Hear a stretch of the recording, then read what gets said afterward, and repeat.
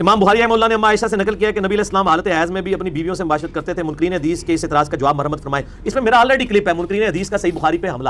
میں نے بتایا کہ بخاری مسلم میں موجود ہے کہ اما عائشہ نے خود کلیئر کیا کہ مباشرت سے مراد انٹر کورس نہیں ہے، بلکہ بخاری مسلم کے الفاظ ہے کہ نبی علیہ السلام نے حالت حیض میں جب اپنی بیویوں سے صحبت کرنی ہوتی تو آپ صلی اللہ علیہ وآلہ وسلم ان کو حکم دیتے کہ وہ ناف سے لے کر گھٹنے کے نیچے تک ایک مضبوط کپڑے سے اپنے آپ کو باندھ لیں، پھر باقی جسم کے ساتھ وہ ان کے ساتھ مباشرت کرتے تھے، یعنی انٹر کورس کے بغیر.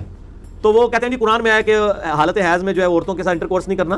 یہ تو اما عائشہ کی بڑی مہربانی ہے کہ امت تک یہ پیغام پہنچا دیا کہ یہ فرسودہ نظام ہے کہ عورت کوئی ناپاک ہو جاتی ہے. حتیٰ کہ بخاری مسلم میں حدیث ہے اما عائشہ کہتی ہیں کہ نبی علیہ السلام حالت حیض میں میری گود میں سر رکھ کے قرآن پڑھ لیا کرتے تھے. ایک دن آپ اعتکاف بیٹھے تھے تو مجھے کہا کہ بستر پکڑا دو، بخاری مسلم کے الفاظ ہیں. تو اما عائشہ کہتی ہیں کہ میں نے کہا کہ میں تو حیض سے ہوں. تو آپ نے فرمایا حیض تیرے ہاتھوں میں تو نہیں گھس گیا، پکڑا. یہاں تو لوگ کہہ رہے ہوتے ہیں جی حیض والی عورت جو ہے وہ وضو نہ کرے تو وہ آٹا نہیں گون سکتی، بچے کو دودھ نہیں پلا سکتی. پتہ نہیں کتنی کتنی قسم کی جھوٹی باتیں جو ہے وہ پبلک کے اندر مشہور کی ہوتی ہیں. بالکل جھوٹ ہے جو الزامات لگائے گئے امام بخاری امام مسلم کے اوپر. بیوی سے صحبت کے بعد اگر بیوی کو غسل جنابت کرنے سے پہلے حیض آ جائے تو کیا جنابت و حیض کا ایک ہی غسل کیا جا سکتا ہے؟ نہیں جی، حیض کا غسل الگ سے ہے، غسل جنابت اس کو کرنا ہی ہوگا، وہ تو کرنا ہی کرنا ہے. خواتین کا عید کی نماز پڑھنے کا کیا حکم ہے؟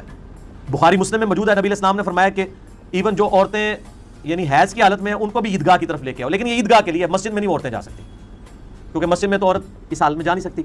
عیدگاہ چونکہ مسجد کے حکم میں نہیں، وہاں لے کے جاؤ، مسلمانوں کی دعاؤں میں شامل ہوں لیکن نماز نہ پڑھیں. تو آج کل بھی جہاں اوپن گراؤنڈ میں ہوتی ہے وہاں لے کے جانا چاہیے، لیکن اس کی فرضیت نہیں ہے، ترغیب کی حد تک.